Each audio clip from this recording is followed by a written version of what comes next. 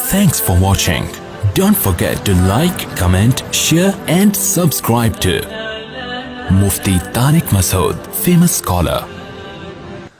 اچھا بھائی مفتی صاحب، اللہ نے ہمیں ایسے دور میں پیدا کیا ہے جس میں نظر کی حفاظت کرنا بہت مشکل ہے، ہم کیا کریں؟ دیکھو، اگر مشکل کام ہوتا تو آپ نظر جھکانا چاہتے تو کوئی بیرونی طاقت آپ کو یوں منہ کرتی، دھڑام سے اوپر کرتی، اور آپ کہتے ہیں میں یوں منہ نیچے کر رہا ہوں مگر ہو نہیں رہا، میری کمر اکڑ گئی ہے. پھر آپ کہتے کہ گردن جھکانا بھی مشکل اور نظر جھکانا بھی، بولو بھائی، مشکل. دیکھو، جو نظر کی حفاظت کرنے والے ہوتے ہیں نا، جتنا گندا ماحول ہو یا اچھا ماحول ہو، ان کی صحت پہ کوئی فرق نہیں پڑتا. جو ٹھرکی ہوگا 24 گھنٹے میں ایک عورت نظر آئے گی، اس کو بھی دیکھے گا، بلکہ زیادہ گھور کے دیکھے گا کہ صبح سے کوئی گاہک نہیں ملا.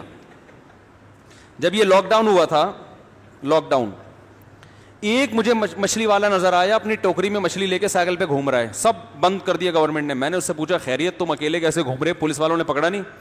کہہ رہے پکڑا تھا. پولیس والوں نے بولا یار صبح سے ایک کسٹمر بھی نہیں آیا، 500 روپے دے دے، ناشتہ بھی نہیں کیا ہم نے، 500 روپے دے دے، ناشتہ بھی نہیں کیا اور نکل لیں یہاں سے. کہہ رہے میں نے 500 روپے دی، اب میں آرام سے مچھلی بیچ رہا ہوں. تو ٹھرکی آدمی کو سارا دن میں ایک عورت نظر آئے گی، اس کو دیکھے گا. اور جو نظر جھکانے والے لوگ ہیں وہ سینکڑوں گزر جائیں ان کے سامنے سے، یہ ایک گزرے، ان کی صحت پہ کوئی فرق نہیں پڑتا. انہوں نے نہ اس کو دیکھنا ہے نہ اس کو. کہہ رہے یار اللہ نے میرے لیے میری بیوی کو پیدا کیا، ختم. تو یہ کام مشکل جب ہوتا جب آپ گردن جھکانا چاہتے اور ادھر گردن میں فریکچر ہونے کا خطرہ ہوتا، یہ اکڑ جاتی گردن. صحیح ہے نا؟ جیسے یوں کر رہے ہیں تو وہ ہو ہی نہیں رہی. تو ایسا ہوتا ہے بھائی، جیسے ہی کوئی خاتون گزری، آپ کا دیکھنے کا دل چاہ رہا، آپ یوں کر لو، کوئی ٹینشن ہوئی. اور نظر جھکانا تو اور آسان، گردن میں تو پھر بھی ریڑھ کی ہڈی اور گردن کی ہڈی دائیں بائیں ہونے کا خطرہ ہوتا ہے. ایک دم یوں کیا تو پتہ چلا چک آ گئی نا.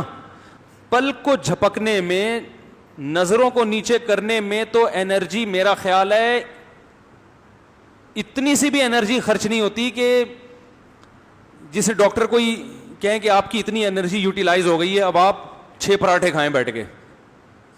کہ آپ نے چونکہ پلکیں جب نیچے جھکائی ہیں تو اتنی زیادہ آپ کو طاقت لگانی پڑی ہے کہ اب جب تک 6-7 پراٹھے نہیں کھائیں گے، آپ کی جو انرجی سرو ہوئی ہے یا یوٹیلائز ہوئی ہے وہ اب ریکوری نہیں ہو سکتی. ایسا بھی نہیں ہے.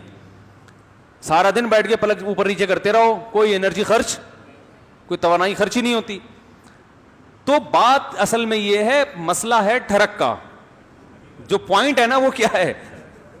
معذرت کے ساتھ میں تھوڑی سی ابیوز لینگویج استعمال کر رہا ہوں، لیکن یہ کون سے اچھے کام ہیں کہ جن کے لیے میں مرزا غالب کی شائستہ اردو استعمال کروں؟ یہ جو بد نظری کا کام ہے، میں کہوں ایکچولی آپ جو ہیں وہ ایک آپ پیشنٹ ہیں.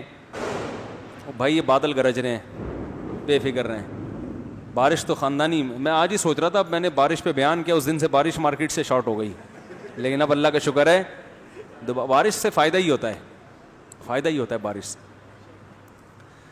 وَيُسَبِّحُ الرَّعْدُ بِحَمْدِهِ ہے نا قرآن میں، کہ بادل کی گرج اللہ کی تسبیح بیان کرتی ہے. اللہ کی رحمت جب برستی ہے تو شان سے برستی ہے. اللہ کہتے ہیں ہٹو. تو آپ نے تو یہاں بادل جو گرجتے ہوئے دیکھے ہیں، جو پہاڑی علاقوں میں جو گرجتے ہیں نا، وہ تو کراچی والے افورڈ نہیں کر سکتے. جو پہاڑی علاقوں میں اتنی آواز ہوتی ہے اس کی. تو خیر، کیا بات چل رہی تھی؟ ہاں، تو میں یہ کہہ رہا تھا اصل مسئلہ کس کا ہے؟ ٹھرک کا. تو یہ ٹھرک پوری، اور یہ 4 شادیوں سے بھی نہیں جاتی یہ ٹھرک. یہ بتا دوں، کہیں آپ سمجھو 4 شادیاں کر لوں گا تو میں، جو ٹھرکی ہیں وہ سینکڑوں شادیاں بھی کر لیں، ان کی ٹھرک ختم نہیں ہوتی. 4 شادیوں سے یہ ہوتا ہے کہ انسان میں جو اللہ نے جوان آدمی میں قوت رکھی ہے، وہ قوت اس کو مجبور کرتی ہے بد نظری پر. تو وہ جب اس کی وہ صحیح جگہ استعمال ہو جاتی ہے اس کی قوت، تو پھر وہ دائیں بائیں جانے سے بچ جاتا ہے. جیسے بھوک ہے نا، بھوک لگ رہی ہے، روٹی کھا لو، ایک نارمل آدمی کا پیٹ بھر جائے گا، لیکن ٹھرکیوں کا پیٹ نہیں بھرتا. آپ نے دیکھا ہوگا، ادھر سے بھی کھا لوں، وہاں سے بھی جا کے کھا لوں، پھر دھونے والے وہاں سے بھی لے گا جا کے، پھر آفس میں جائے گا، وہاں بھی کیک چائے میں ڈبو کے کھائے گا، پھر تھوڑی دیر میں گٹکا کھائے گا، پھر تھوڑی جو گھو رہا ہے. صبح سے جو نان اسٹاپ کھانا شروع کرتے ہیں، رات تک کھاتے، پھر رات کو ہاضمے کی گولی کھائے گا. صبح سے تو یہ بھوک نہیں ہے, بھوک کا علاج ہے, اور یہ نیچرل ہے بھوک کا لگنا. کم سے کم 2 ٹائم انسان کو پیٹ بھر کے کھانا چاہیے. تو ایسے ہی ایک شہوت کی بھوک ہوتی ہے جو ہر نارمل آدمی میں ہوتی ہے. اس کو بیوی چاہیے, 1 نہیں 2 نہیں 3 نہیں 4 ہو گئی, چلو اس کے بعد اس کا دل بھر جائے گا. لیکن جو ٹھڑک ہے نا, جیسے وہ چائے میں چائے میں پاپے ڈبو کے کھاتا رہے گا, پھر تھوڑی دیر میں پھر اس کو پیسٹری چاہیے, پھر سموسا چاہیے. ایک ہمارے جاننے والے, وہ بےچارے ہارٹ اٹیک ہو گیا ان کو, بچ گئے. ان کا یہی تھی کہ صبح سے کبھی کوئی نوالا چھوڑتے نہیں تھے, کہیں بھی دسترخوان پہ وہ کہتے ہیں میں گیا مجھے کچھ نظر آئے تو میں نے کہا 2 نوالے تو بنتے ہیں.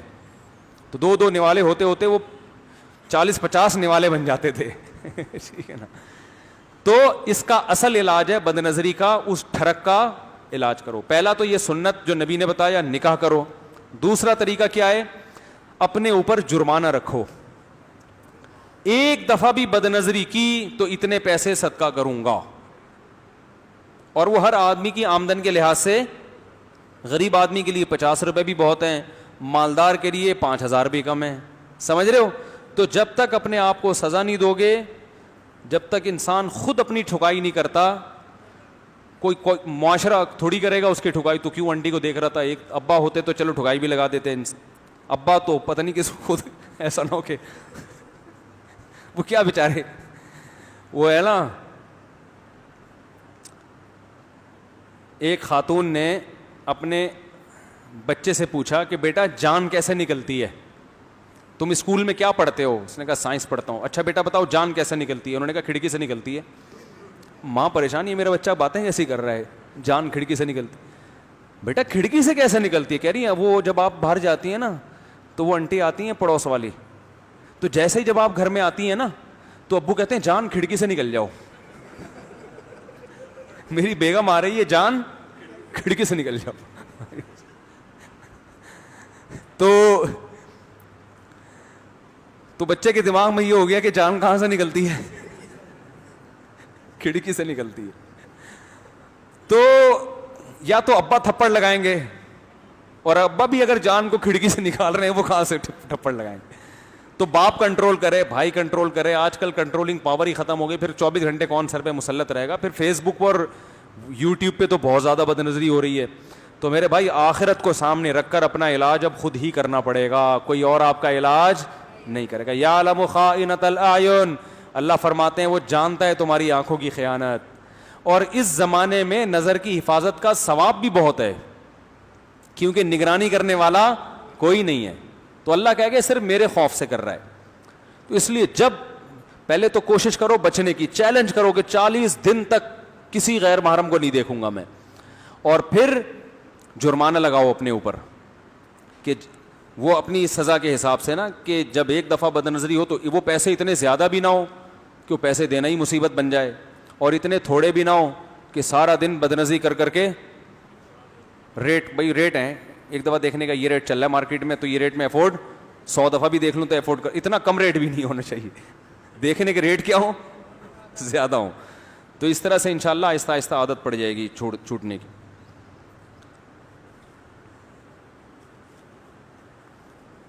جو بیرون ملک سفر کرتے ہیں نا وہاں زیادہ خطرہ ہوتا ہے, تو بیوی کو ساتھ لے کے جاؤ, صحیح ہے نا, وہ نگرانی کرے گی. جہاں جہاں جا رہے ہو ساتھ لے کے جاؤ, وہ ایسی ہی نگرانی کرے گی کہ آپ کے, وہ تو جہاں نظر کی حفاظت فرض نہیں بھی ہے وہاں بھی کروا دے گی. ٹھیک ہے نا. تو یہ بھی ایک بہت بڑا ذریعہ ہے. مفتی صاحب یہ بتائیں کہ اگر نماز قضا ہو جائے تو اس کو پورا کرنے کے ساتھ سنت موقع بھی پڑھنی چاہیے؟ نہیں, صرف فرض اور واجب پڑھیں. فجر کی سنت اگر چھوٹ جائے تو کسی اور ٹائم سورج نکلنے کے بعد پڑھ سکتے ہیں.